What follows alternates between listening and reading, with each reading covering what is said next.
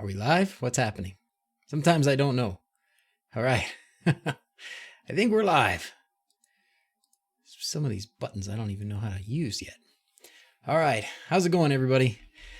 Late, a couple days late on the live stream. My apologies. It's just regular life sometimes getting in the way of the hobbies. But here we are. So got some fun stuff to look at tonight. Got some fun things to do. Where's my chat? 0 viewers. All right. Well, that's okay. That won't last for long. Hey, how's it going, KC? Oh, look at all you guys already. How's it going? Fantastic. Paul, Dan, Itea, Jim, Jason. How's it going, guys? How's it going? Sorry I missed Sunday and yesterday. Hey, Steve. How's everybody doing? You guys having a good night?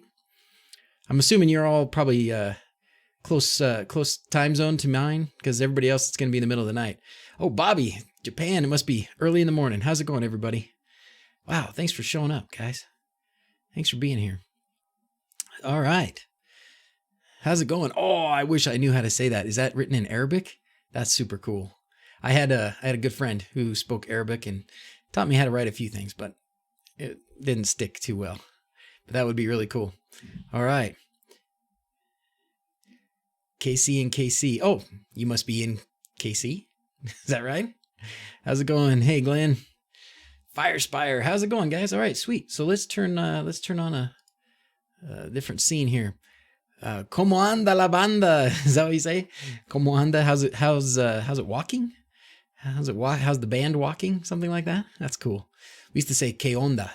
Que onda, like what's the wave? That's what they said. Baltimore, sweet. How's it going, guys? Oh, good night from Norway. Hey, I'm sorry, man. I'm sorry I missed an early morning, but you know what? Hey, there's a possibility that I could do a live stream tomorrow during the day. I don't have to work. So depending on how things go with, projects I want to try and get done, I might jump on tomorrow earlier in the day. So, hola, Chris. Hey, Christopher. What's up, brother? How's it going, everybody? All right. Hey, before I get too distracted, I want to talk about some things that people sent me, like some products that these different companies had sent me. Because I think they're pretty cool. And so I do want to show you what they are. So before we get too far into anything else, let me start showing you. First of all, did you guys watch digiblur Travis's video? Did you guys see it? If you did, he talked about a light switch. And these aren't the exact ones. Like I think his brand was different. I'd have to look closely at what his were called. I think he said they were called UK or something. This, I can't hardly pronounce it. AicLiv, AicLiv. I don't know, but they look like the exact same switches, and I'm sure it's the same manufacturer. It's just a different brand, if it's even a different brand. But a couple great things about these. Number one is they work great just like they are. So you don't have to do anything to them. They fit in a regular, they come with this. They come with one of these, you could put over the top here, but this is actually kind of blocky and square. It doesn't really look like the normal ones that we use on our walls. But this is the exact same size. If you have this Decora style light switches, you just pop this in behind your regular, the faceplate that you already have. And you do need neutral. For some of you guys that I know don't have neutrals in your houses, you do need a neutral. But then after that, it works with the Tuya app or the Smart Life app, which means you can have it in Home Assistant like that. Piece of cake. I did it today. It took a few seconds. It was no big deal. It was done. So they're cool just like they are if you don't want to get inside and mess with them.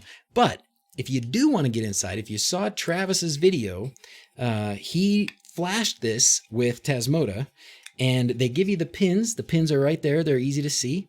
Right up on top. They're labeled and everything. The button is GPIO 0, so you can hold down the button and flash. And then he just set it up like a regular Sonoff, and pushing the button toggled the relay. Pushing the button in Tasmota toggled the relay. So, man, they work great. I'd like to trace it out and see if there's other pins on here we could use. I'd like to add a temperature sensor. But anyways, these are cool. And I think these were about $40 for two. So $20, that's not too bad. It's not quite as cheap as a Sonoff, but they're getting cheaper, and that's great. It's good to have good choices. Sorry from Canada. Is that what you guys, because you guys are sorry. Always Canadians, always, I'm sorry. How's it going, man? Wisconsin. Hey, Greg. Hey, we got a rivalry. We gotta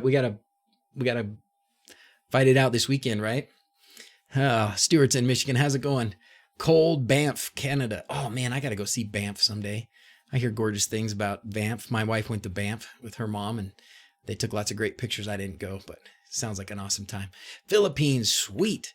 Hey, thanks. I'll see this. Good to be back, man. Sorry I missed Sunday and I don't have I will have a new video in a couple days. I'm really working hard on the thermostat. So we're not sorry about everything. Oh, good.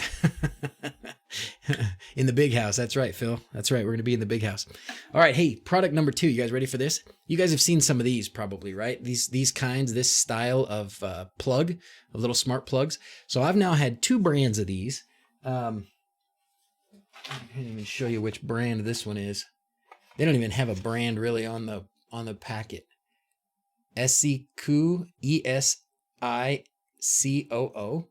Anyways, I'll put links in after we're done. I'll put links in descriptions. But anyways, these guys, I've had this company and another company just with the exact same switches, plugs. The good things about them are they do work with Tuya, so they go right into Home Assistant, no problem. And setting them up is super, super simple. Couple things that I think they're great, and I have a bunch of them, and I would buy more. They're I think they come out to about $10 a piece.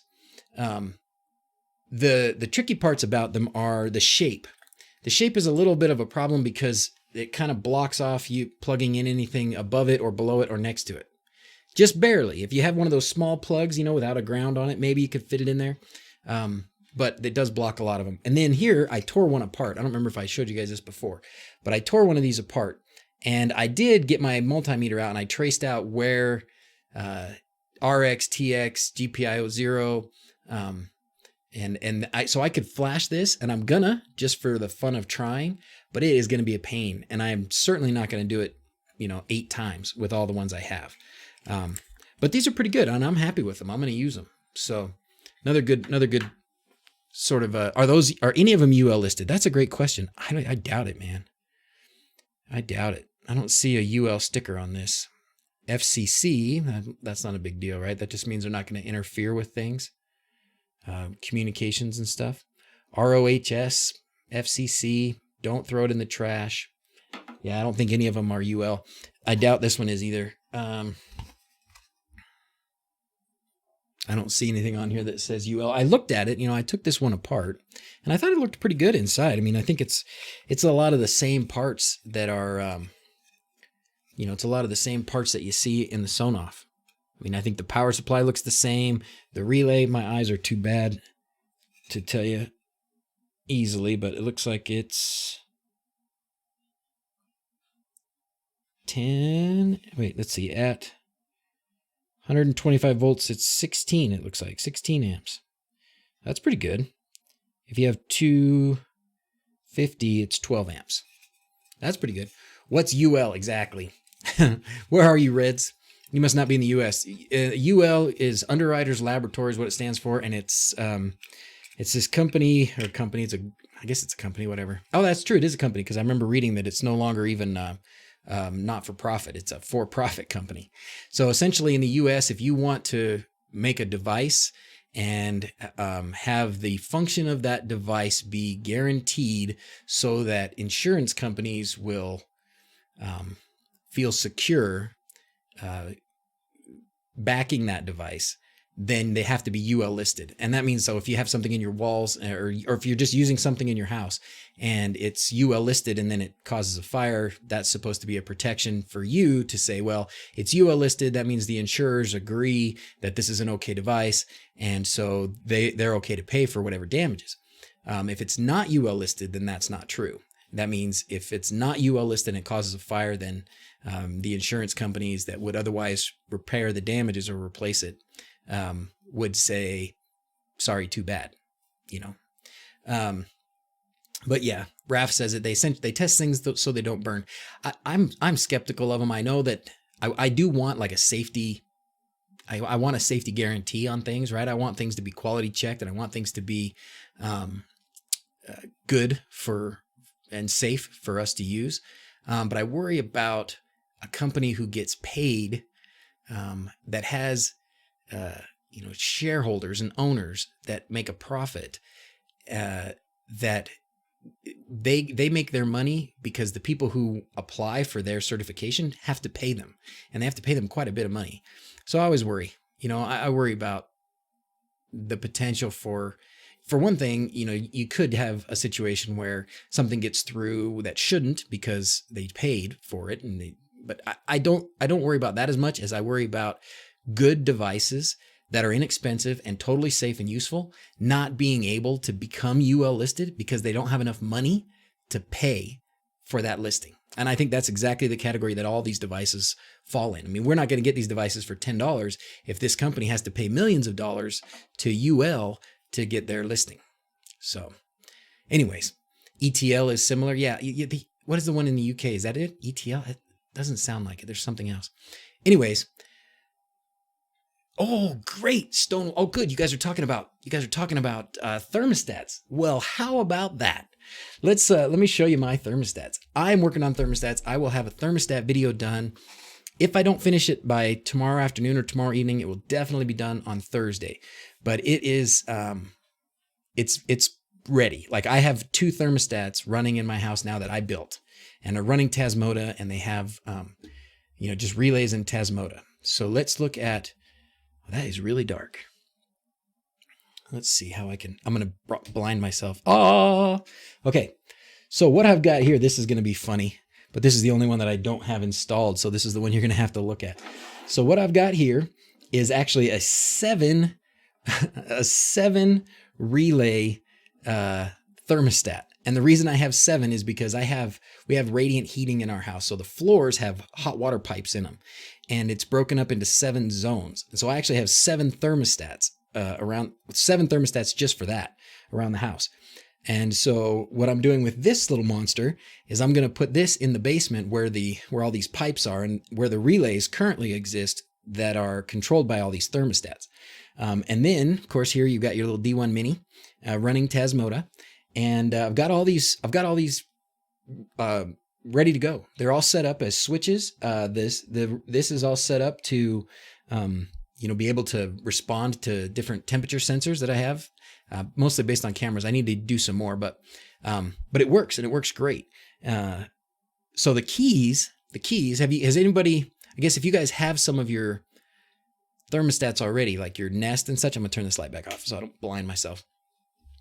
The Nest thermostats and stuff, they probably have a component, right, in Home Assistant.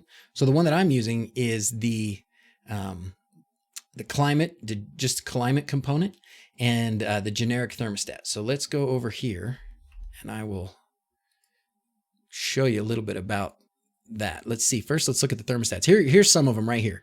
So this is this is actually just the one thermostat that's up here on the upstairs, and it's got. The way it works, I'm spoiling it a little bit for the video, but the way it works is when you do a generic thermostat, it can control one switch. So I have one thermostat that controls the AC switch. That's this switch. And then I have one thermostat that controls the heat, and that's this one. And that's the furnace. And then this auto is just the fan, right? So this will make it cold, this will make it hot, this will actually move the air. So when you click on this, you've got some options, and you can see what my temperature has done, right? This is the actual temperature reading that it's been getting. I left the window open last night, so it got pretty cold in the house. Whoops. Right now it's in off mode, but I can turn it to heat mode, and then there's an away mode. Can you see that? Is it in the screen all right? There you go. So this is the basics of it, and you can adjust the temperature here. And so let's see, which one is this? This is the upstairs heat. So let's turn the heat on. So right now it's currently, let's see if I set it to up, will it come on?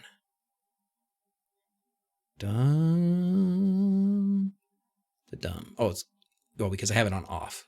Duh. Now it turned on. Ding. There it goes. But didn't turn the fan on too. So there you go. Now my furnace is running. There's an automation that's supposed to turn that on. I wonder why it didn't work. It must need to reload it again. I better double check that. But anyways, and then the fun part is, look at this. Ta-da! These are the Nest look-alike thermostat cards. So pretty excited about these. And one of them is for the heat, and one of them is for the AC. So it's cool. And I want to put, I've got these temperatures here. I'm going to put temperatures in each of the rooms and some of that stuff. But very excited that, you don't have to have $200 to get a smart thermostat. If you want to, it's great, and they work. Maybe they don't work great, I guess, for the learning part, but you can have a D1 Mini for $2, and for each relay that you need, it's another $2. So maybe $12, $15, or $20 if you get them on Amazon. So pretty cool, pretty exciting stuff. And then the tricky part, the part that I haven't totally mastered yet, is when you get into really complicated schedules, like the Nest is claiming to do, but apparently, according to, I can't remember who it was, it said the Nest one isn't working so well.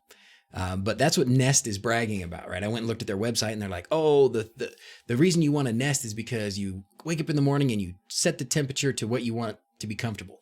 And then you leave for work and you set it to what you want while you're gone. And then you come home and you set it to what you want when you come home, and go to bed and set it. And then you do that a few times, and then it remembers. Oh, and then it remembers, I assume it remembers when it's a weekend, and it'll change it during different times of the year. I don't know that for sure, but I assume that's what it would do. But when you want to try and do that stuff in Home Assistant, you can imagine that writing that all in YAML is going to be pretty complicated. So there's two options that you have. One is that Pete Scargill's Node Red thermostat, which looks really cool and really easy, and hopefully I can figure out how to use that. Do you guys use that? Do you guys know which one I'm talking about? Did I already show you that? Can't remember. And then the other one is that one called Heaty, and Heaty is good. It's YAML based. It does a lot of the heavy lifting for you, so you don't have to put in a lot of stuff about it. Your automation. You can do it like in one line instead of a bunch of lines. But it's I guess the guy who's developed it is adding to it, and instead of calling it Heaty, he's going to call it Skeggy, like schedule, and it's going to be able to do a whole bunch of stuff instead of just that. So what happened? Oh, subscriber. Hey, yow. Awesome. Hey, thanks, man. I saw Serial Killer Fatty. Hey, what's going on, brother? See how it compares to my simple automations. Really want to see your Heaty config. I can show it to you, but it's not working yet. But I can show it to you. I think what happened was I started using it, and I was copying an example that was older. And so I have to go in and change some things. Whoa, another one. Olego, how's it going? Thanks, guys. Thanks for subscribing. Glad you found us on the live stream. That's cool. Cool. All right, let's find you my Heaty config. Did I already share? I think I did share Heaty with you guys a little bit last time, right? I think I put that on last time. Heaty is in here. App daemon, apps, Heaty. All right. So this is essentially what it will look like, but it's this one isn't working. But when you want, let me walk you through a little bit here. This is just some of the basic setup stuff. Okay. This is here's the thermostat that it's going to control. All right. So this one is just for the AC upstairs. And then what I've got here, and this I copied from WK or WDK. Oh man, it's just going crazy. Ben, hey, how's it going? Thanks for subscribing, man. Appreciate it. So this first part here, it actually is adjusting the temperature based on the outside temperature. So it's looking at this sensor that is reading the temperature outside through a weather service. And it says, if it's greater than 97 degrees outside, then subtract 2 degrees from my air conditioner settings. That's pretty cool, right? So if it's super hot outside, it will tell your air conditioner to get colder. Or if that's not what you like, that's what I want. Because if it's really hot out there, I want to be colder in here. But maybe you want to save money. So if it's really hot out there, you want it to be, you'll let it be a little warmer inside. Anyways, you make that adjustment right here with one line. That's it. And then when you want to do something like let's look at these down here. So this one, I'm setting the temperature to 74, starting at 2 o'clock in the afternoon, and then ending at 10 o'clock at night. And I'm only doing it for these specific months of the year, April, May, September, October, and then these days of the week, Monday through Friday. So what this is like it says right here, when the kids are in school, the months when the kids are in school, this is going to keep the house cool during the time when most of us are home and awake, 2 p.m. to 10 p.m. But then when everybody's gone, well, this is the sleeping one. So during that same period of time when everybody's sleeping, we'll let the temperature go up a little bit. And then when we wake up in the morning for a couple hours, we'll cool it back down. But then when everybody's gone to school, we let it warm back up. So you can do some really, what would be in regular YAML, really complicated automations in like one line of text. I can show you what my automations, something looks like that I did for the video that's running on mine right now. My thermostats right now. Let's find it. My configuration. I've managed to hide all my passwords finally. Yay. Cover. Let's see where we at. Oh, we want to do automations, not this. All right. So here's a basic one that will say during the summer, we want to adjust the temperature at nighttime while we're in bed. Okay. So this is what that whole automation looks like. At 10:30 at night, during these months, we want the temperature to be set on these two different thermostats to 76 degrees. So that's all this, which was done in like one line in Heaty. So you can see the reason. Audio sync still off. Oh, sorry, man. Sorry, I don't know why that's. I don't know why. Is anybody else experiencing that? David's having some audio problems, or I'm having audio problems. Sorry, David. Sorry, man. Maybe it's because I'm talking too fast. Anyway, so this is what an automation like that would look like in Home Assistant. I'm sure Node-RED maybe would be simpler, but I'm still in Node-RED remedial learning class. So anyways, okay. Oh, yes, Stone Wallace, you sure have it.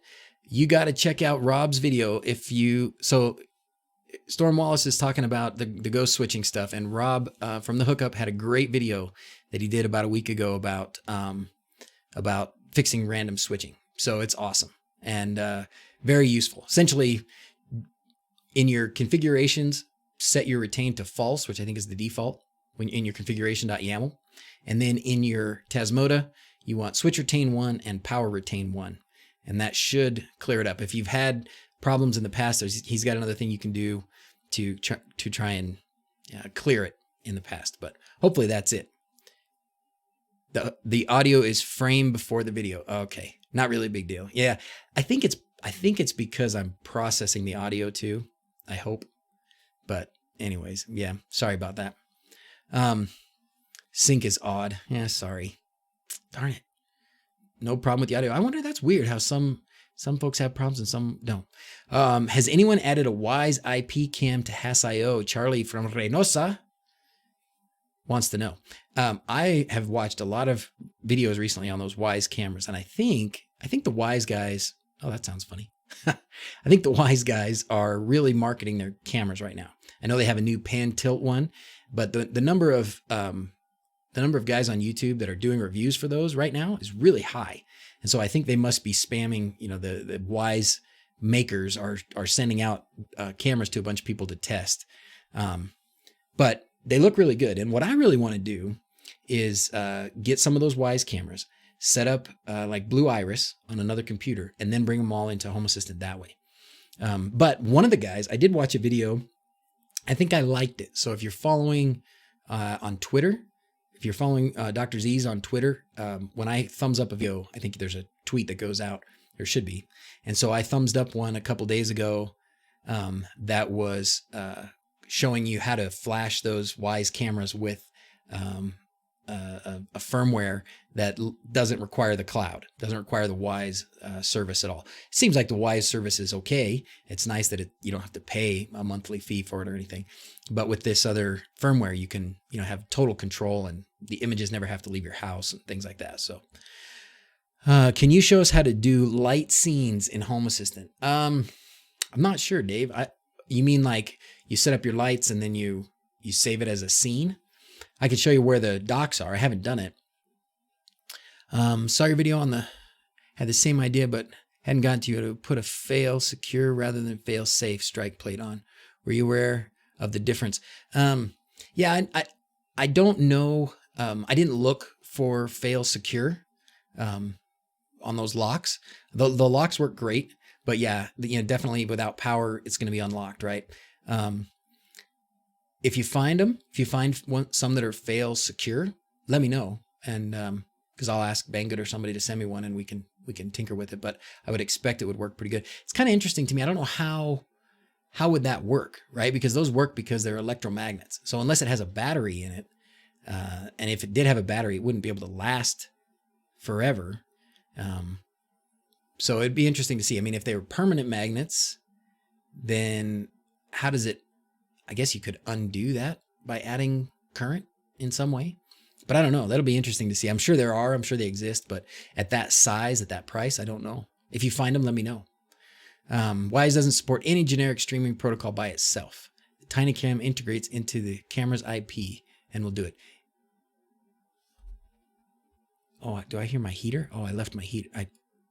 My heater's on. Look, I'm like, wait, I feel heat, and I look over here, and here, sure enough, the heater's on. So let's turn that off. I don't really want the heater on right now. So we'll turn it off here. Turn it down below the current temperature, and then it'll click off. Boom. I don't know if the switch is turned off or not yet.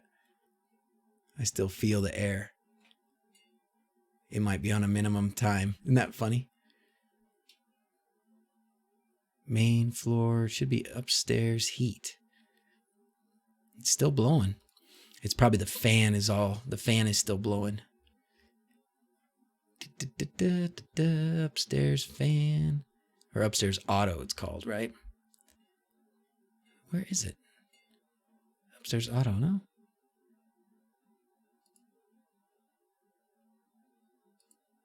Huh. Shouldn't be on. Maybe it's not. Maybe I'm hearing things. Oh, I'm feeling something. It's hard to tell. So many noises. Sorry, got distracted. All right. Has to cool off the element before the fan stops. Oh, okay. Thank you. So maybe it's something internal downstairs in the unit. All right. Thanks, Curmudgeon. I don't know a ton about HVAC. I know a little bit about relays. Oh, man. Till the current cycle is done. Gotcha. Okay. Oh, that's right. That's right. Did I set it that way? I probably did. I probably set it to run for a minimum amount of time. So isn't that funny? Z's, please check out CE Smart Home Wi-Fi dimmer switch at Costco. 30. Oh, okay. Well, maybe I'll have to run to Costco. That sounds cool.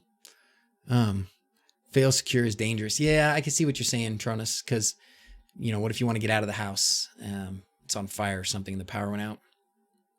But anyways, if there's it depends on your application. I can see why in some situations, in some certain specific rooms, maybe not where people are, but where things are, that you would want it to be that way. How's it going? Hey, Tony. How's it going? New recommendations or ideas for holiday lights. Did you see Rob's video? Man, Rob does good stuff. I think the heat went off. Yeah, it sounds like it's gone. And I don't feel it. Or smell it. Like, you smell that kind of burning dust smell because it hasn't run in a while. New ideas. Several people have sent me new sketches that have new effects in them, which is really cool. I need to revisit it. I haven't yet, but I want to. So some of the things that, if you've watched, I think I did 4 or 5 videos about lights last season, when it was this time of year. And some of those things I think still apply. Like, I think I'm pretty much sold on 12-volt lights in almost all situations. I know Rob was talking about 5-volt lights, and that you probably can save a few bucks, especially if you're doing maybe the strips where the lights are closer together, maybe. But because those maybe get really expensive in the 12-volt variety. But certainly the 12-volt ones will save you a lot of hassle with running extra voltage. You'll still have to do it, but you can go 4 or 5 strings. So that's 20, 25 meters before you have to tie in extra voltage. Where the 5-volt ones, you're pretty much every string, you're going to have to tie in extra voltage.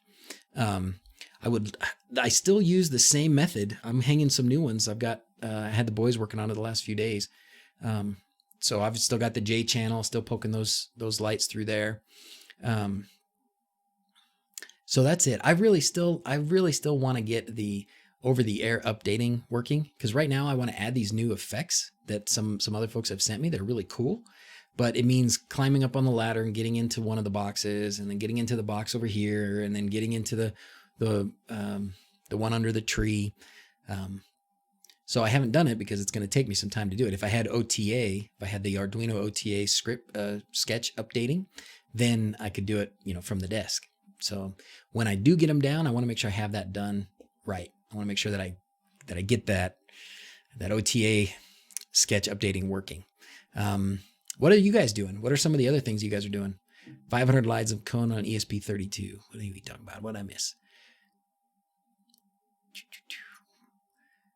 3 sensor door sensors. Oh, do I set these up as a binary sensor or how? Thanks. Yes. So you have door sensors. Those are those Kurei ones. Those are on and off sensors, right? So those will work just like these ones that I have for like the garage fridge. This is the same kind of thing. So yeah, it's a binary sensor, and I can show you in my configuration what they look like.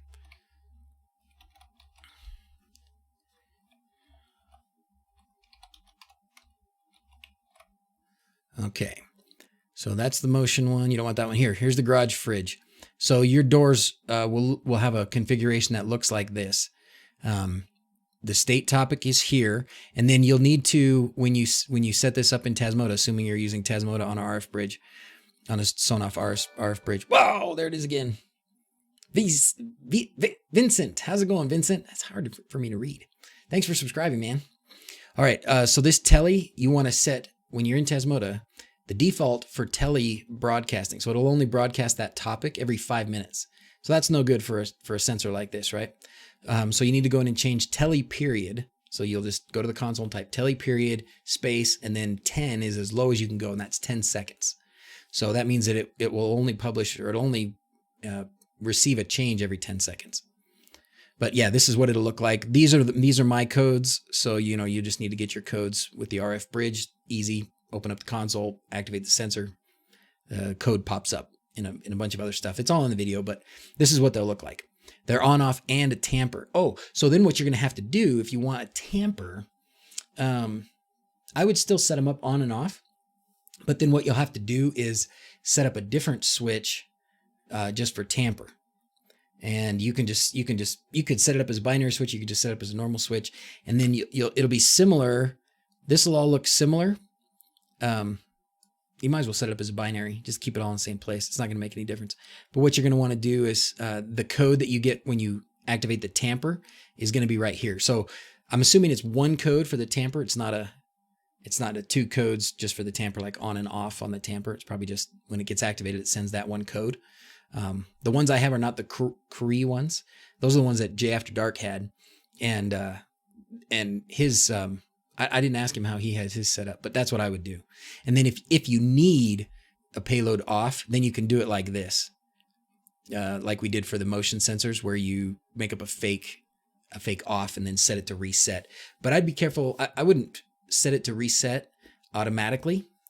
Because again, kind of like my water detector, if somebody's tampered with your sensor, your door sensor, pulled it off the wall, you don't necessarily want that to reset automatically, right? You want to make sure that you have acted on that somehow. You've gone and looked at the door, you've figured out what happened, picked up the sensor, put it back together and all that. So that's what I would do.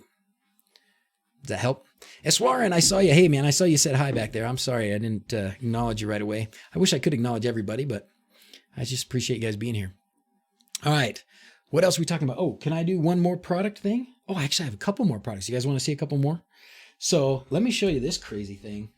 This is it's a light bulb. It's one of these like LED light bulbs. It's crazy looking shape. It's like an egg, right? It's like my head. Hey, it's a Dr. Z's head-shaped light bulb. It's made by a company called Koogeek. They sent me some other stuff too, like a switch, this plug thing. But it's kind of heavy. It's like really weird. I don't know. I don't want to break it because it's too cool, but getting it open is not very easy, and it's super heavy, but it's super bright. I think it said, what did it say it was equivalence? 8 watts. It seems bright. It seems way brighter than like the B1 bulbs or those, what were they? The AI light or something. So super heavy. This Koogeek, if you have Apple stuff and you want to use smart stuff without doing a lot of setup, Koogeek is pretty good for fitting in with HomeKit. You just scan this little thing right here and it'll just pop into your home app. Same on all their other stuff. So it seems like this Koogeek company is really are pushing for integration with Apple stuff. So they've done a good job of trying to make it easy. This changes all the colors, like it normally would, all through the rainbow, and just super heavy. I wonder why, and a weird shape, But hey, it's cool. Last one. What else we got? Cone heads. Yeah, right. And missed the cone heads. They should make a comeback. Is it ESP based? I don't know. I assume so because it's not. It only works on 5 or on the 2.4 gigahertz Wi-Fi. So I did read that, but I can't without being able to get this lid off. I can't tell you, and I'm so afraid I'm going to break it. Maybe at some point. Oh, I did it. Oh, ew! It's got goo in it. Look. Yuck. But there it is. Now I'll have to take those screws off. Should we take it apart? What do you say? I got a screwdriver right here. We could do this. This is fun. Good times, good times. iDevices are evil, yeah. You know me, I'm certainly a fan of anything I can make myself. Not necessarily because I make better stuff, because I can tell you that's not always true. My wife would tell you that's not always true. Can we just get some lights that work? My girls don't want me to put light switches in their bedrooms. They don't want me to smarten up their bedroom lights because they're afraid the lights will get messed up. All right, let's see if I can get under this board because I can't see any chip on top of it. I'm surprised I don't see that many LEDs. I kind of expected to see more. No, it's all going to be, there's another layer of security here. It's like a dang fortress in there. So that'll take some more work, but maybe we can get it. Oh no, that looks kind of pressed in there.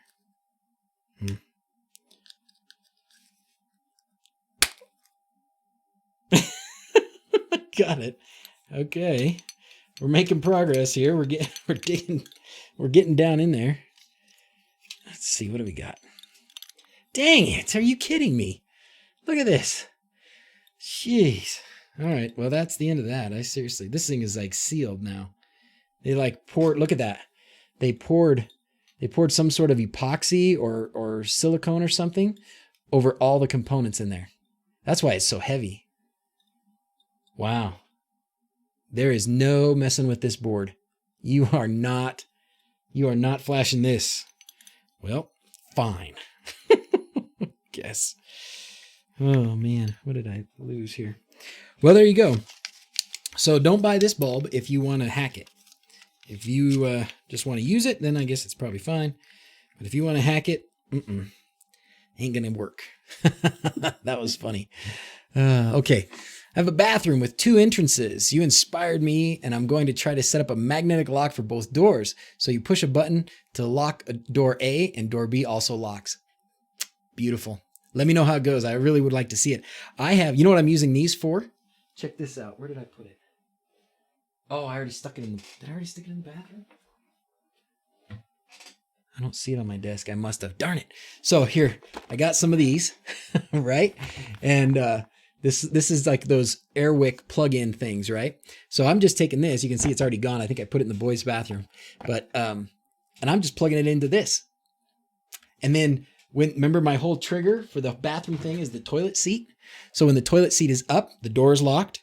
And then when the toilet seat is up, this is going to turn on. So it's going to start the air freshener when the toilet seat is up. And then when the toilet seat goes down, my wife doesn't like these air fresheners. She says they're overpowering when they're on all the time. And when you leave them on all the time, they only last, a few weeks and then they're gone. And so with this, when it only comes on at a few minutes at a time, when the toilet seat's up, beautiful. It's going to last a lot longer. It's not going to overpower my wife with the smell of fresh, good things. But Anyways, so that's what I'm using these for in my little bathroom automation thing. Motion sensing, that's a good idea. Not too rough to set up. Oh, you guys talking about the, hope you guys are talking about the thermostat still. I'm excited about thermostats. Thanks, Fatty, for getting me going on thermostats, man. Appreciate your help. Serial killer Fatty here was Jedi, AKA all those things. Super helpful with me to get up and going with thermostats. So appreciate it, man. All right, let's see. Stone Wallace, I have some scent things in my house. When I use Alexa, I call them stink pretties. They're on a timer to turn off after set time. So, hey, when I set up, you're not gonna be able to see it, but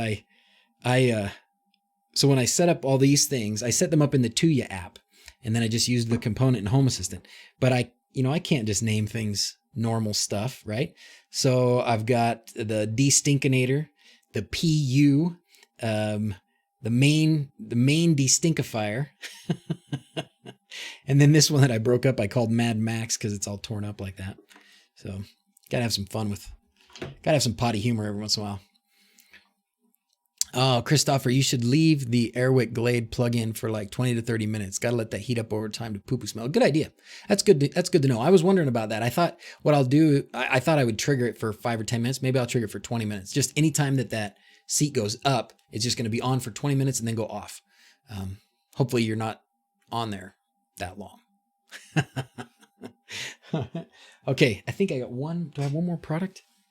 I do have one more thing. Since some of you guys, and I want to encourage this, by the way. I know, obviously Rob, Hookup Rob's been doing a great job making videos. I know recently digiblur, Travis has made some. A couple of you guys have made some. I think Tony was talking about, Tony Lamont was talking about teasing us with a video, right, Tony? So I totally encourage you guys to do it. Make your videos, get your phone out and explain what you're doing in your project. You know what I mean? Nobody's you don't have to have Hollywood quality or spend a bunch of time editing or anything like that. Just, it helps us all to see what each other's doing. We're all going to just get that much smarter and that much better, that much faster if we can just share, all these cool things that we're doing. So I certainly don't have the market on good ideas or cool projects, not by far. So anyways, along those lines, this little guy here, I really like. This is it's a selfie stick. Okay, selfie stick. But even better than that, it's got the little phone holder, so it's made for a phone. It's actually a tripod also. So look at that. That thing pops out the bottom and makes a actually decently sturdy little tripod. I've messed with it. If you get this thing all the way up to the top, then the tripod part gets a little bit wobbly. It still does okay. But then it also has this this little Bluetooth remote. So you can leave it in the handle. It's probably hard to see, but you can leave it in the handle and push it and it'll take pictures or start your video. Or you can pop it out and just carry it around. And this thing was only like, I don't remember how much it cost. Maybe 15, 20, somewhere in there. So, and it's, pretty compact and super useful. I do all my filming on my phone. This is webcam. So when you see this stuff, it's webcam. But most of the stuff that I've done, I do it on my phone. And it works great. So nice. Amazon links. Yeah, I'm going to, the people who sent me those things are going to kill me because I didn't have any, I don't have links ready, but I'll have to try and hunt for links. I'll put links, come back to this and grab links out of the description. I'll toss some links in the description because I don't think they all sent me links. Oh yeah, I'm sure they did actually. Let's go to Amazon. I'll start popping some links in as we keep on chatting tonight. Thanks for the reminder, Chris. Show them the LED button video. Makes a great example of not having perfect quality. Which LED button video? Oh, mine? Or did you do one? Wait. Help me out, Vetty. Sorry. My LED button video is bad. Did you do a LED button video? I can't remember. Just watch a replay of your last live stream and missed the beginning of this one. 4 a.m. in Germany. I'm sorry, dude. I'm happy you're awake. The next one we'll do it earlier in the morning. Promise. The one you sent me. Oh, on Discord. Oh, okay. Let me find Discord.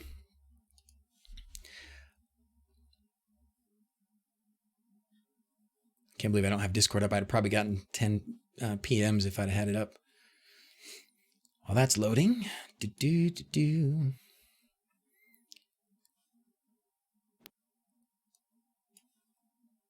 Oh, look, here's somebody asking me. Oh, that's this guy. Send me a video upload to Amazon and can't download on Amazon. Please, much thanks. Yeah, okay. There you go. Are you resending it? Okay, cool. All right, let's see. Here, can I link this?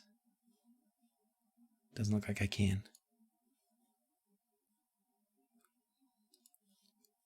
Come on, give me a link, you turkey. Here, maybe I can just, I'll have to download it and put it in my, it's not letting me get a link. What's up with that? I'll just put it in my Dropbox. Link or show. All right. Oh, I guess I could just show it, couldn't I? Wonder what'll happen. All right, this is a demo of my ambient light display buttons. I only have one of them at the moment, but if I bring up some pictures that have mostly a certain color in them, it does funny things.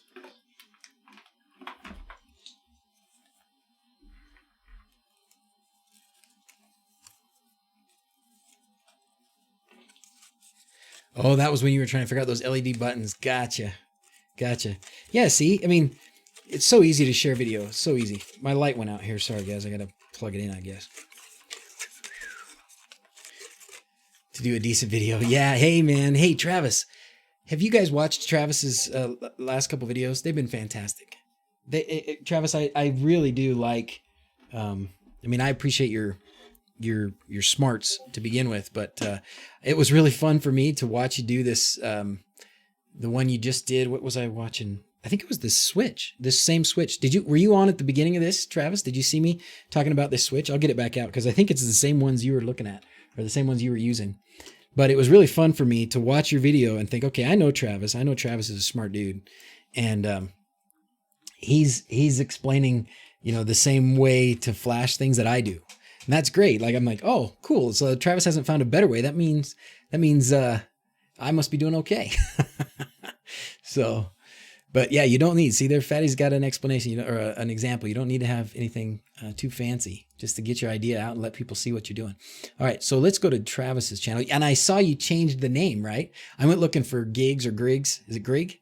For your channel. And it's not that name anymore, right? You changed it to digiblur, which is cool. It's easier to stick with one name. digiblur DIY, right? And then this is one of your videos right here. Yeah, this is the one I just watched. Okay. Oh, and I am subscribed. I'll subscribe again. This is a different account. That's why.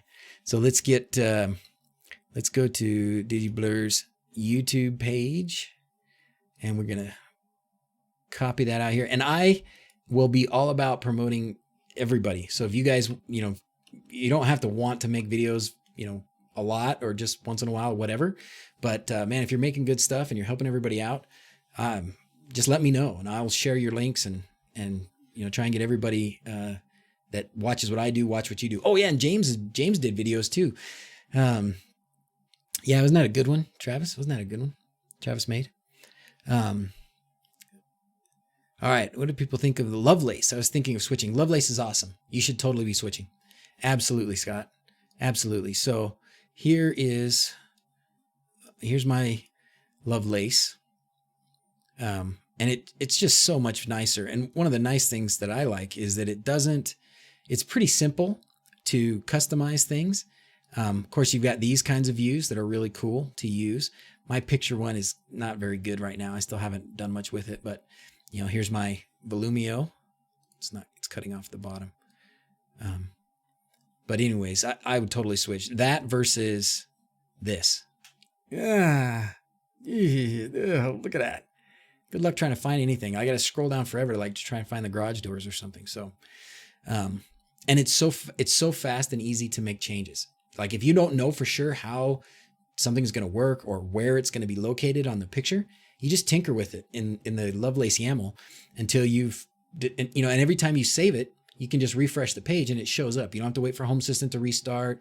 You don't have to worry about screwing up your components. So yeah, man, totally go to Lovelace. 100%. 100% can endorse Lovelace. Oh, and that's right. And yeah, and Travis had a great handle on the rules. Then thank you for doing that too. Oh, I'm so sorry. Banged into my drawer. Ouch. Whoa. There it goes. Okay. Not a lot of Lovelace examples out there.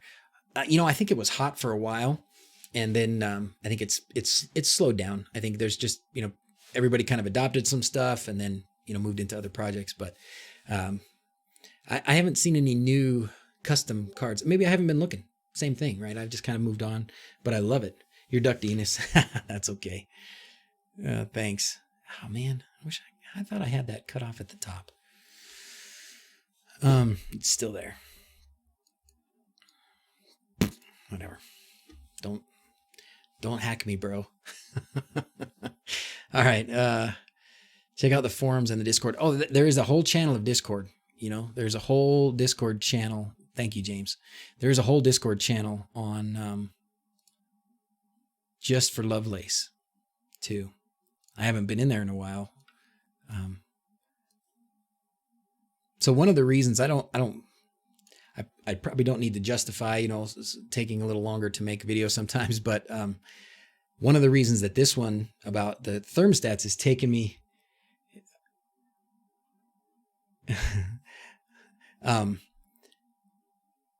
the reason this one took me longer is because unlike usually what I will do is I'll figure out the project, understand it, build it, put one in my house, make the video, and then be on to the next one. Right. So instead of like replacing all the light switches in my house, I've got like a handful of them done, and because I'm on to the next project and on to the next project. So with the thermostats, I told you I have 9, right?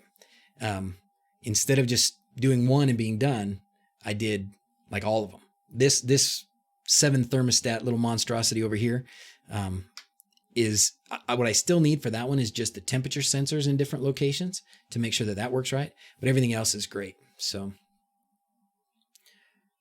love when one of your server icons is yours. Yep, there it is. Right there. ¿Algún canal en español? No he visto muchos. Hablo algo de español, hablo poquito. No suficiente para hacer un video de cómo hacer algo en español, pero intento.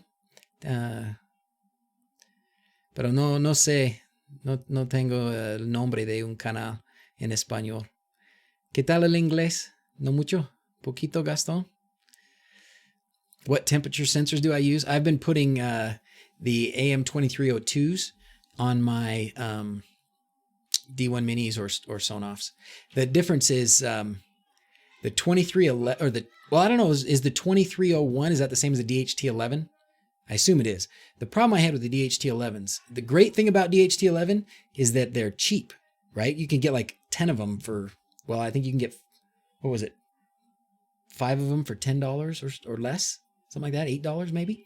So they're super cheap, but they're not super accurate. And that was my biggest problem, is it's like 2 degrees Celsius or something like that is the difference, so it'll make a huge jump. It'll be, you'll be looking at it, it's like 19 degrees Celsius and then 21, right? And nothing in between. So, that's kind of that's okay maybe for a few applications, but not for controlling your HVAC.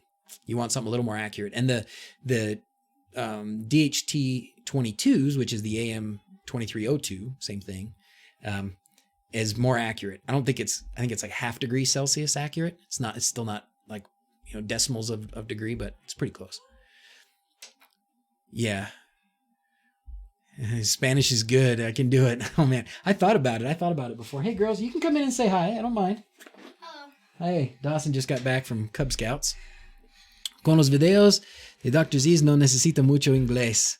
Los ejemplos que tiene es un video están muy claros. Oh, good. I certainly appreciate that a lot of the people who watch my videos don't speak English as their first language. And as I like to joke, sometimes it doesn't seem like I speak English as a first language. But yeah, so I do try and keep it simple. Talk slow. So I'm glad it works. Glad it's working for you. Oh, a cookie. Thanks, bud. Was that from you, baby? Thank you. I'm going to eat half of it. Okay. Can I save it? Can I get a kiss? All right. Use SHT10 temp sensors. Costly, but good. Oh, yeah. You know the ones that I wanted to use, but they need a little bit of tweaking in Tasmota to get them to work, is these, let's see what James is sending me.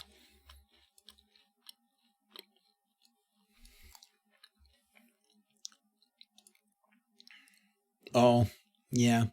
I need to work on that. James, thank you.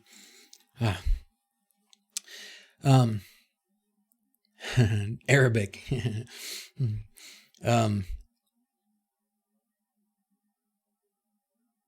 Okay. Where was I? Got distracted. Dang it. Oh, the temperature sensors. It's like the BM something, something, something.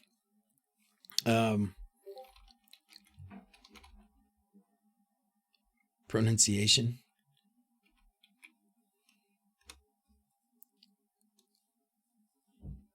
Let's see which ones they are. It's like the B. No, B something. No. Do you guys know what I'm talking about? Not the 22s. Are the DH22s digital? I assume so. BME 280? No, I don't think that's it. Oh, gosh. Yeah. Sorry, Fatty. I don't even know how to begin to say that. I can tell you where I can look is in Amazon because I've ordered some. But in Tasmota, you have to do a special setting before you compile or something. It doesn't look like it's something you can change after. And so that kind of messes it up for me because you know me. I can compile it. I've done it many times, but I've just gotten so lazy and so used to doing it this other way. All right.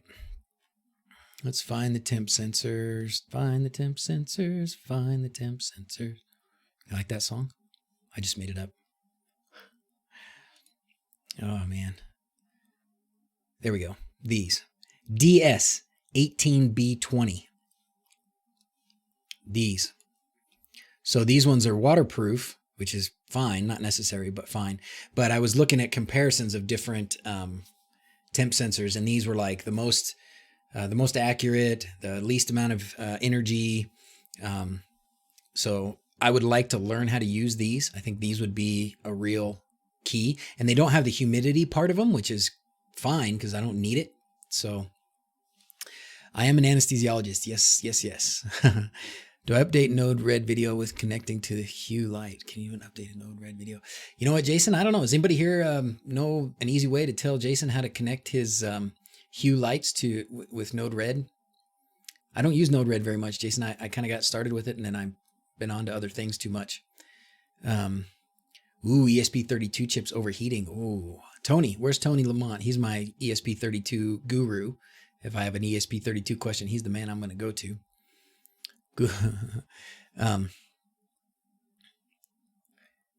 Super easy. Just add a fork. Whoa, what did I miss, Matt? What did I miss about the resistor to the temp sensors? What does that do? Oh, hey, Rob's here. How's it going, Rob? Thanks for showing up, man. Loved your video, your lights video. Good work. That's cool stuff. I like that your that aluminum channel and stuff. That's really nice. That's some cool looking stuff. All right, let's see. I was going to share some links of all those things I showed. Oh, here's some. So we're going to look at this. We'll look at this one, and we'll grab a link. So here are these lights. These light switches. These are very similar to the ones that that Travis did. These are the ones that I showed you guys at the beginning. They look like this. Ooh, it's green, so you can see them. But you can flash them pretty easy. They, they have a normal face plate. They work with the TheHookUp app. So those are pretty nice. I like those. What's the other ones? Let's go back to my on the screen, off the screen, on the screen, off the screen. Yeah, I'll share those when I do that other video. Oh, here's this selfie stick thing. Oh, $30. Wow. I didn't think it was that much. Yeesh. Well, here we go. Ooh, that sounds good. So just got a message here about from Tony. Oh, cool. Oh, I love the guy with the Swiss accent. He's a star. So dang smart. So he's got, manage ESP32 over the air. Okay, I'll have to check it out. There's that. Somebody helping Tom? I'll get to it in a minute, Tom, I missed your question. I just see that you're looking. Oh, good. Rob is on the case. Thank you, Rob.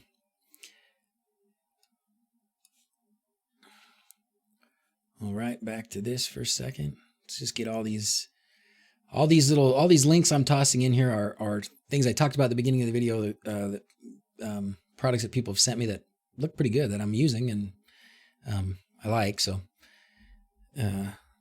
if you go back and watch that part and you want the links, here's the links. What were some of these other ones? That crazy Koogeek light bulb, huh? Let me find that thing.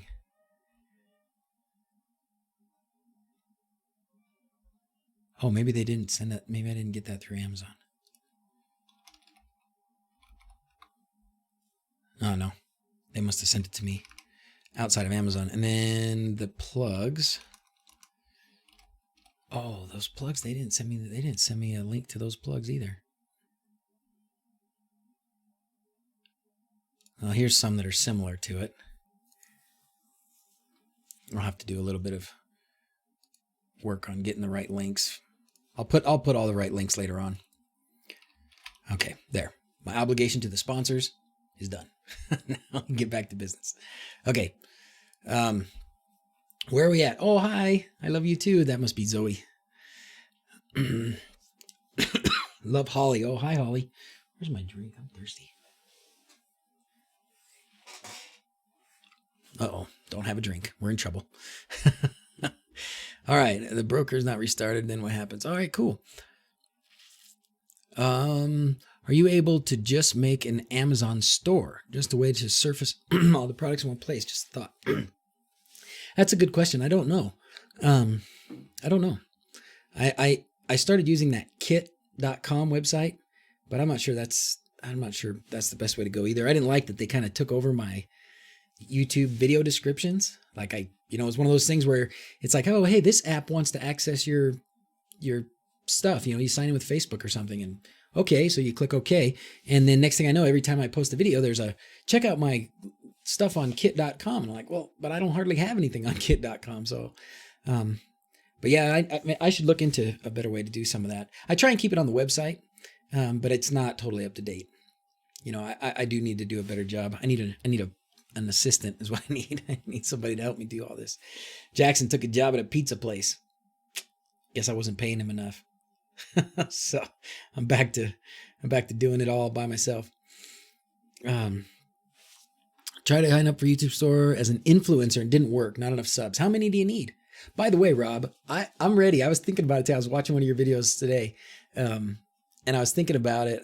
We need to have a party. This is gonna sound funny, but we need to have a party when you pass me in subscribers, because it's coming. It's gonna happen before too long. So we need to have some sort of a party. I don't know. Maybe I'll 3D print you a crown to wear or something. We'll do something fun. But anyways, you've done great, and I'm so happy to see it. So that's funny. They wouldn't let you have your own store for not enough subs, but they didn't tell you how many. Yeah, you're not cool enough. Yeah. Yeah. Oh well. There's got to be other ways. Let's talk about it. We got to figure out a way to make this make this easier. Maybe we'll do like a joint live stream. What do you think about that, Rob? When you pass me with subs, we'll do a joint live stream or something. That'd be pretty fun. You keep cranking out videos every week, good ones like you've been doing. It won't be long at all.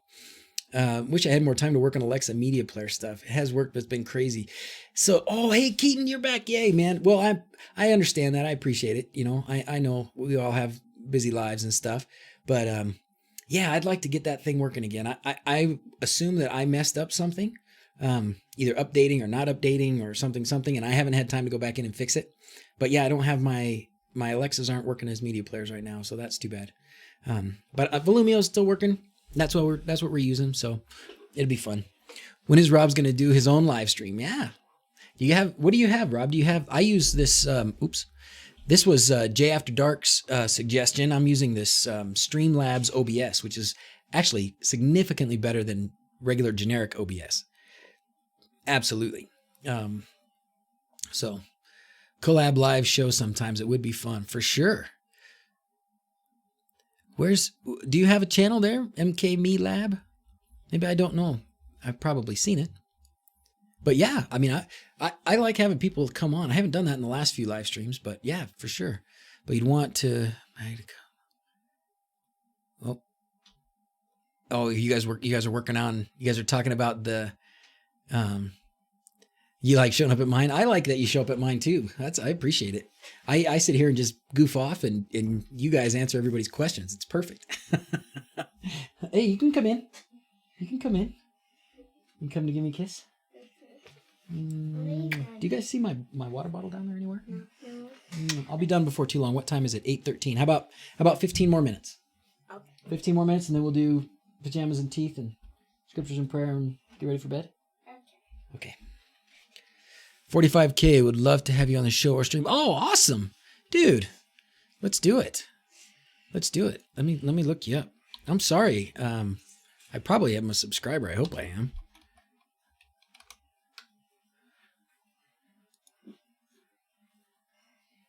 For sure, man. I am not yet, but I am now. Cool. All right, I got a whole. Oh, look at you. How did I miss you? Well, that's great. Well, thanks for showing up, and absolutely, dude. Let's. Are you in Discord? Let's work it out. That'll be a lot of fun. You got some good stuff on there. I like how you do your thumbnails. That's cool. Very easy to read. Nice stuff. Oh, of course I need to share. If you guys haven't seen. So what's MKmeLab? Here we go. Check him out, guys. Good stuff.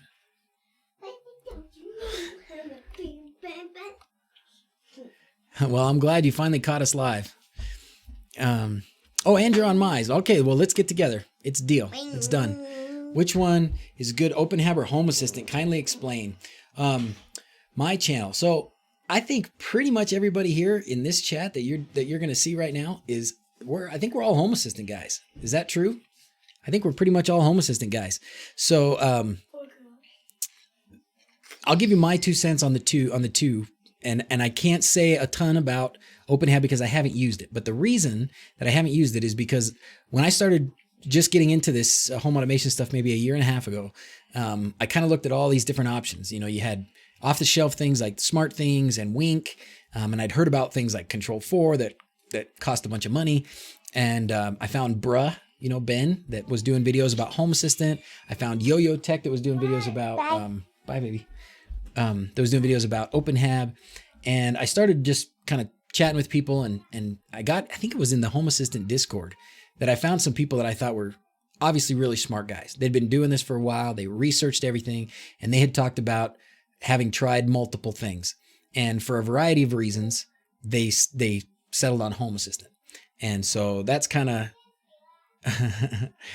how I got into it. And so some of the things that I like about it, I like how much stuff is able to be integrated, right? There's like 1,100 different components and counting all the time, including like these things here. They weren't included, I don't even think, a few months ago, this Tuya app, but now they are. And I love the way that it's developed. It's just a really vibrant, really active community. A lot of helpful guys, a lot of really smart guys. I think Paulus, the guy who's in charge, has a great plan for Home Assistant for the future. So that's my 2 cents on it. So I'm sure I haven't been reading, but you'll probably get a lot of guys giving you opinions. There'll hopefully be some guys that have tried OpenHab. I still haven't. I said I was going to, and I still haven't. But someday, maybe someday before too long, I will. And Fatty says he got into Home Assistant because of me. Well, I got into Home Assistant because of Ben. How about that? I passed you the HA bug. Good. 3D box for a new board. Absolutely, James. Absolutely. Hit me up. Hit me up. If you don't have it designed, I'll help you design it and we'll get it cranked out. You betcha. Ben posted a video not too long ago, short showing his new lab. Oh, cool. How did I miss that? I have to check it out. Yeah, he got sucked into a dimensional vortex. Splits visions. Yeah, wink. You didn't like it? I have a Smart Things. I bought one last year at Thanksgiving because it was like $50 and I thought, well, I'll give it a try. And I never even finished setting it up. Oh man. I'm so ingrained in Home Assistant now. I mean, I guess, who knows, things could change, but if things head in the same direction that they're heading, I have no reason to change ever because of Adrian Burns. That dude's cool. He's a smart guy. He's one of the guys you'll find in the Discord, helping all the time. It was on video on Twitter. Yeah.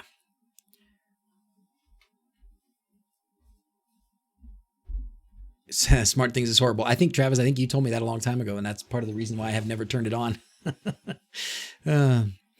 Tore down the Smart Things and never looked back. Yeah.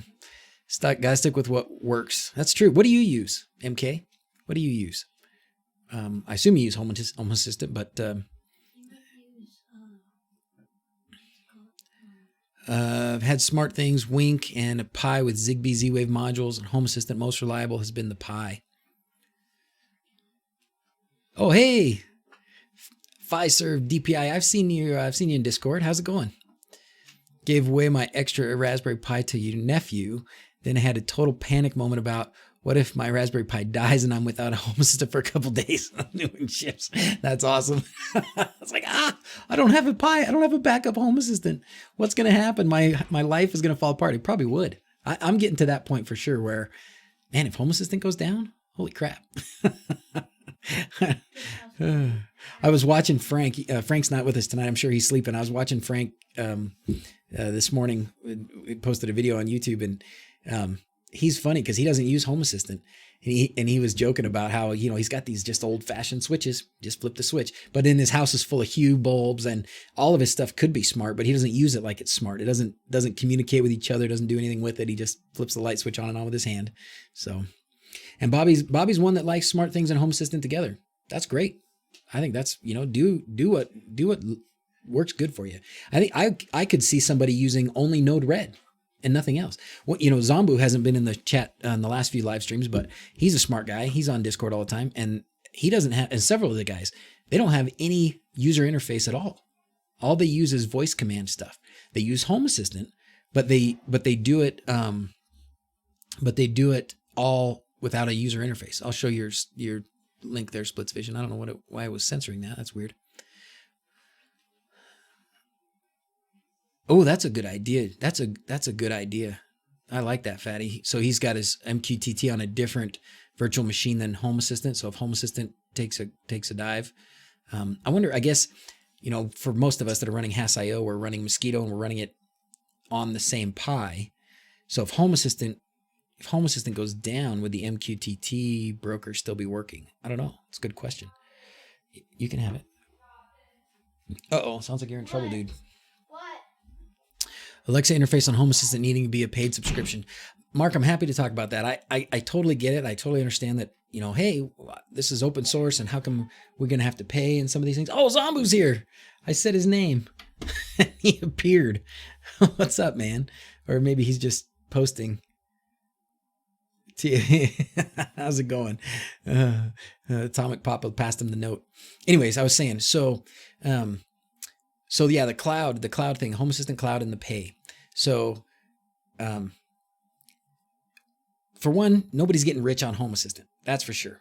Not Palace, not anybody. I think I don't even think, I guess with some of what they want to raise with the Home Assistant cloud, they do want to have some employed people, finally. Some people that can be dedicated full-time, don't have to have another job to support themselves and can work on Home Assistant. Palace got he's been supported by Ubiquiti, right? The router people for a while, but they've been paying him just to work on Home Assistant, which is super cool. But when when it comes to like paying the $5 for to be able to use your Amazon Echoes and your Google Homes, for the amount, this is what I've said before, for the amount of enjoyment that I've gotten out of Home Assistant, I'm happy to pay him $5. I'm happy. You know, if it was a subscription, I'd pay it. Now, I probably wouldn't have done that right off the bat, you know, not knowing how good it was or how useful it was or how much I was going to enjoy it. But I would certainly pay it now. And then, as Alex just posted, you don't have to pay. And if you go back a couple, find Phil Hawthorne does the what do you call it? The podcast, the Home Assistant podcast. And he had an episode where Palace was on there talking about this paid subscription thing not long ago.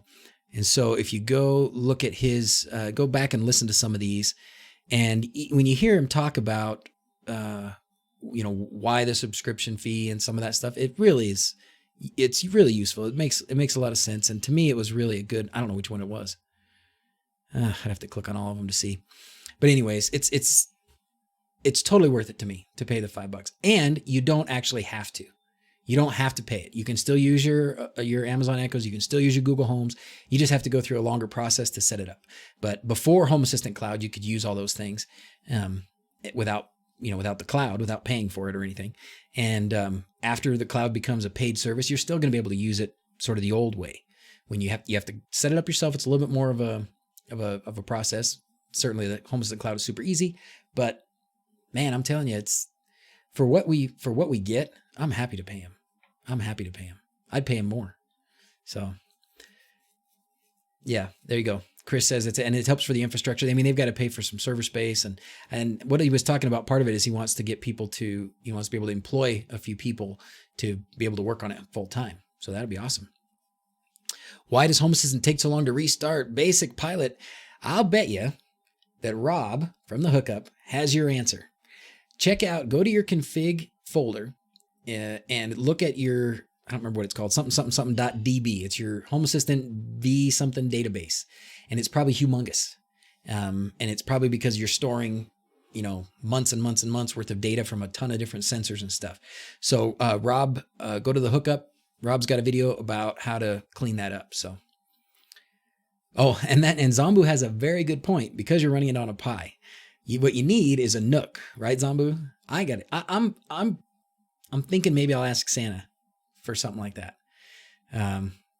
because I don't mind the Pi and it works fine, but I want to do some other things, like run Blue Iris and some of that stuff.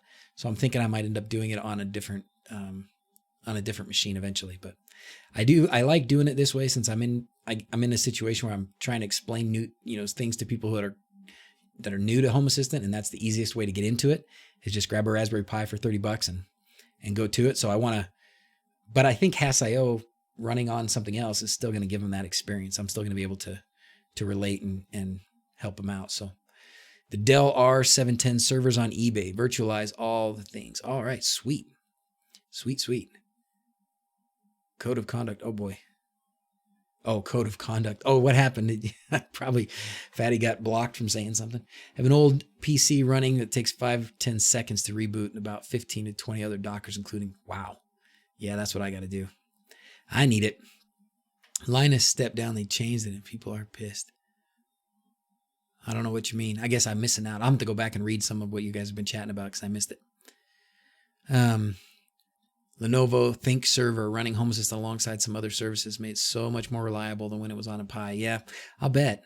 I've lost one. Like I had a dev version, and I still do, but I haven't taken it out of the box since the Maker Faire. But I did lose that SD card once too, and that can suck. All right. You could run Hassio and virtualize on a NUC or a NAS. Yeah, that's what I need to do. SSDs on Amazon for $28. Nice. Oh, I got you. Okay, I'm catching up over here on Discord. Hey, Luis. Oh, Luis, are you in the chat here? Are you in the live stream? We're in the live stream right now. We could probably answer your question. Oh, kernel stuff. Okay, gotcha. All right. For energy consumption, I've used them. I've used them just for convenience. They're so tiny. It's just so nice, and they're quiet. So I like them. It probably doesn't make a lot of sense for me to have 5 or 6 of them running instead of, one smaller, powerful PC. But I didn't intend for that to happen. I just got one, and then they're so cute and they're so fun. And so I got another one, and then next thing you know, I got 8 of them. All right, heading off. See you home secured. Have a good night. Rez, right? Rez? Did I get it right? Did I remember? I hope so. I need to, I tried doing some of your stuff. I got to go back and watch it better, Rob, but I tried doing some of that backup stuff. My database file, I think I told you, is like 4 gigabytes. So it's even bigger than yours was, or the example you showed. So.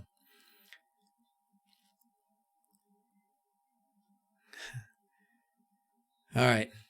See you, man. Have a good night. Do I have a favorite sensor or automation? Maybe the most useful. My most useful is Luma's MQTT Car Presence thing. Hands down. Most useful, most reliable. Use it every day. Love it. Love it, love it. There you go. And I did a video about it, I think it was last December or something like that. January, maybe. It's great. He's got other stuff too. Luma does. He's, and I've ordered, I don't remember if I told you or not, Zombu, but I ordered some switch plate, boards. So I'm going to put these together, do a video about it finally. Hopefully in the next, I don't know, it takes forever for me to do a video anymore, but a couple months probably I'll get it done. So these things, if you guys haven't seen these, they look super cool too. Super, super cool. I think I've shared this on here before, but here it is again if anybody that wasn't here. RAID server, run Docker, takes minutes. Then it needs to reboot, so I'll stick with the Pi. Oh, gotcha. And you have 10 of them? Wait, you have 10 what? You don't have 10 Pis, Zombu, right? You have like rocket engines running your stuff. Oh, yeah, there you go. Oh, no, you have 10 of the HA switch plates. That's right. Yeah, I know.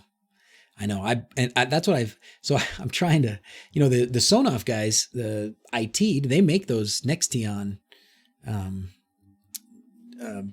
displays. And so the lady, I've been quite a, good seller of Sonoff stuff.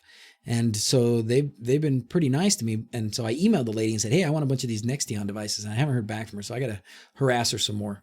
But I asked her for 10 also. I don't even know if I can use 10, but I'll definitely try. Okay, yeah, let's hear some recommendations on a Nook for James. You love the Nextion, old curmudgeon. You got some working. They sure look good. I like what they've done. And I was watching Andres, the guy with the Swiss accent, do his stuff. He was talking about them and did several videos on them, and they look awesome. 20 plus ESP32 is working now. See, Tony is our ESP32 guru. Put together some videos for us, Tony. Don't worry about, making it to Hollywood. Just put something together that explains the stuff that you wish somebody would have told you. Stuff that you think is important, that you don't, that you think other people might get hung up on, and just some basics of how to get it going and important stuff about it. Because I still have a lot to learn about those ESP32s. I still have the ones you sent me. I haven't been able to do too much with them.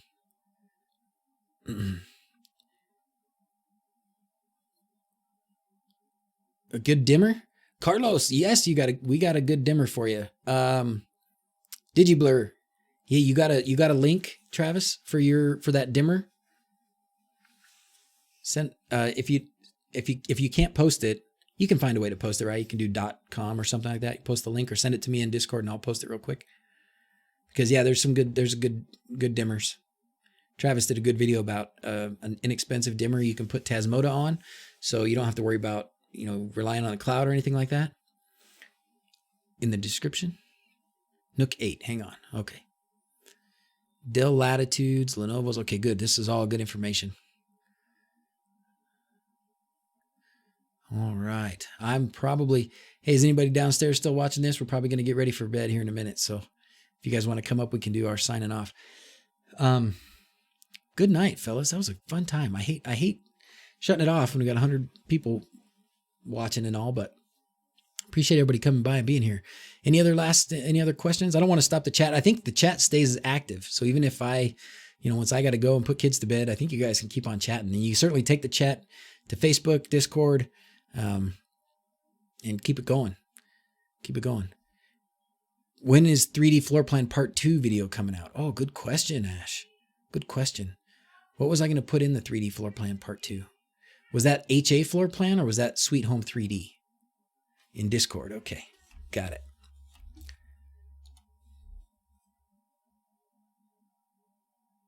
I'll post a link to the Nook. Oh, gosh. I don't know if I have a link to a Nook that I can share, Tony, but I can tell you what it is. I mean, I can show you. This is what they are, right? They're these tiny little, like i7 computers, you know? I don't know if this, oh, sorry. She's going to respond. Okay. Anyways, they're these. This is a cheap one. I don't think this one's probably very good. Because the really good ones are, hundreds of dollars for the really good ones. I have i7s and whatever. But this is essentially what the Nook is. Okay, let's try that one. Nook 8 HVK. Zombo, send me a link if you have a link and I'll post it. If you have a link to something that's good. There you go. See what I mean? These are, $900, but it's an i7, 3.1 gigahertz. It's rocket fuel, man. Rocket fuel. Some get spendy. Wonder what I need for just Home Assistant to run well. Good question. Still know. Yeah. Well, obviously, if you can run it on a Pi, you don't need much. So whatever power you can get, it's just going to be that much better. So kind of go for your budget. Go for whatever you can get for your budget. Decide what you want to spend and just go with that. Okay, here we go. Here is somebody was asking about a dimmer switch. Sorry, I missed the name already. Things are going too fast for me now, but that is a link to the dimmer that digiblur did on the video. And if you need that, you can just go to digiblur DIY on YouTube. And here it is, actually. Here's the video even. Here's the... There we go.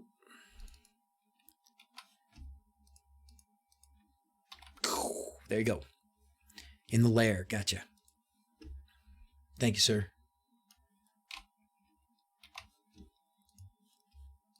Okay, and then here is a recommendation from... Oop, that ain't it. Didn't let me copy it. Copy.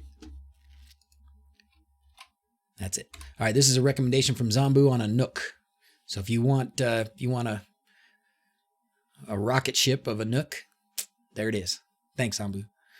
All right, choice of system would depend on the cost of the Power Hog. Yeah, $60 for a 4-year-old i5. That's not bad. That's not bad.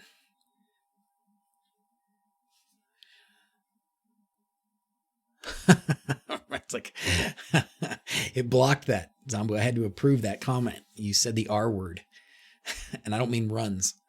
The heat sink on the metal shield, not directly on the. All right, hey kiddos downstairs. Kiddos downstairs, can you hear me? We're gonna sign off. We're gonna get to bed here.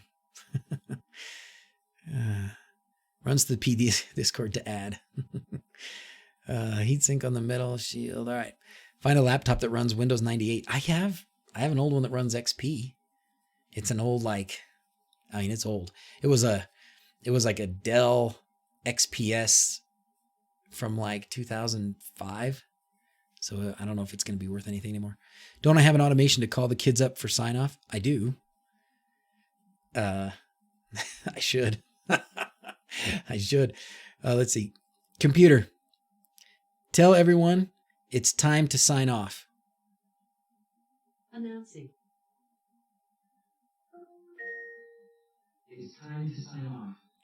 There he goes.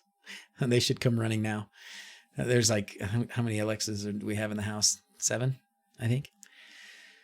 Run Ubuntu or Alpine Linux and keep the disk footprint low. All right. Good night, and thanks for all the shared knowledge. Benito, thanks for being here. Thanks for being here, everybody. Glad we had a good time. All right, Zach, come here. You want to sit on my lap? Oh, sure. Come here, Zachy. Oh, look, you can't even get your head in the camera. Zach's my offensive lineman. Okay. Are the girls coming? I don't know. You don't know? Okay. Little girls. Little girls, little girls. And Dawson sits on your lap. There's not an I just set him off. Sorry, man. Sorry, Splits.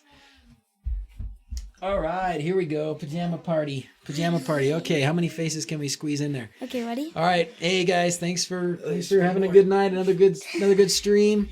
We'll have another video out pretty soon. All right, take it away, kiddos. Thanks for watching. Adios. Until next time. Adios. Okay, good job, guys. Thanks, everybody. Have a good night, fellas. Appreciate you being here. Thanks. See you guys. Good night.